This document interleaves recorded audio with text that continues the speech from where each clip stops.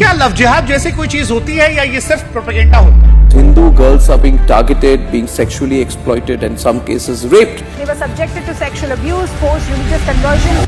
समय समय पर यह सवाल आता रहता है और यह सवाल एक बार फिर आया है नासिक टीसीएस को लेकर। एक तरफ महाराष्ट्र के अमरावती में एक 19 साल का लड़का 180 लड़कियों के साथ 350 वीडियोस बनाता है जिसमें मैक्सिमम हिंदू लड़कियां होती, और दूसरी तरफ नासिक टीसीएस जहां पर यह सवाल उठा कि क्या आप करियर का फैसला काम से नहीं बल्कि पहचान से होगा, क्योंकि टीसीएस में काम करने वाले हिंदू एम्प्लॉयज का यह आरोप था कि उन पर दबाव बनाया गया। उन्हें यह समझाया जा रहा था कि देखो यहां सिर्फ काम से प्रमोशन नहीं होगा, यहां प्रमोशन का आधार तुम्हारा पहनावा, तुम्हारी आस्था, तुम्हारी निजी चॉइसेस होंगी।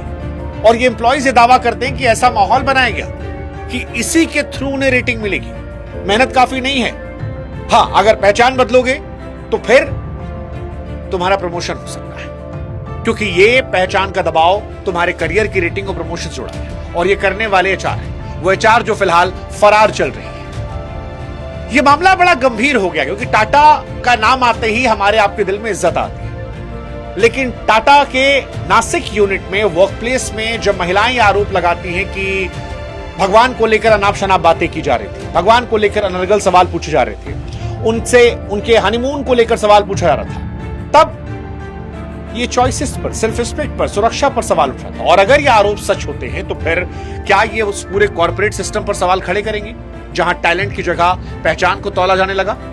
सबसे बड़ा सवाल तो यह है कि यार टाटा जैसे भरोसेमंद नाम के साथ ये जहरीला माहौल कैसे पनप गया? क्या ये सिर्फ कुछ लोगों का मानसिक दिवालियापन, उनकी सनक थी, या किसी बड़े रैकेट, किसी बड़े पैटर्न की तरफ इशारा?